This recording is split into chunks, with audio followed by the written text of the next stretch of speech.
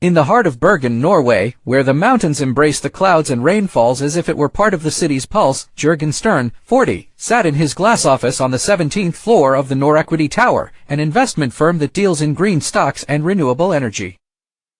Jørgen, the company's CFO, was a quiet man with sharp features and gray eyes that concealed a constant deep thought. His life was a mixture of cold calculations and cold air. He spent his years studying markets, not to seize opportunities, but to understand them, respect them, and coexist with them as a living, breathing, and changing organism. In the winter of 2024, markets were trembling under a wave of global panic, oil prices were falling, currencies were fluctuating, and startups were falling like autumn leaves. The board of directors at Norequity was beginning to press strategy.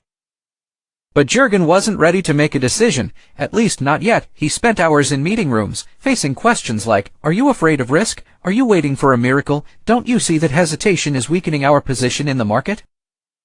His response was always calm, equilibrium. Outside the office, Annika, a young employee in the financial analysis department, was closely following what was happening. She was ambitious, smart, and worried that Jørgen's silence might ruin her chances of promotion. She spoke to him once in a small cafe by the port. She said, "Why aren't you doing something? All the signs say there's a crisis coming. We must act." Jørgen smiled quietly and took a sip of his black coffee. "Annika, have you ever seen a fisherman throw the net before the fish get close? Sometimes, waiting for the right moment makes all the difference."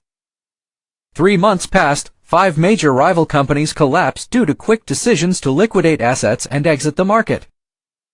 The crisis was expected to drag on, but it suddenly subsided thanks to the intervention of the European Central Bank's policies. Prices rebounded, and renewable energy shares rose by 34%.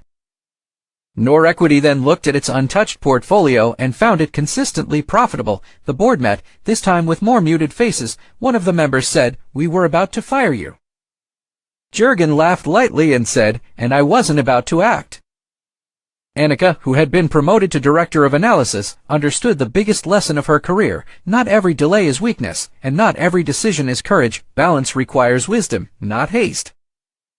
In the spring of 2025, as cherry blossoms were blooming in the small gardens nestled between the streets of Bergen, Jørgen stood by the window, watching the city breathe after a harsh winter.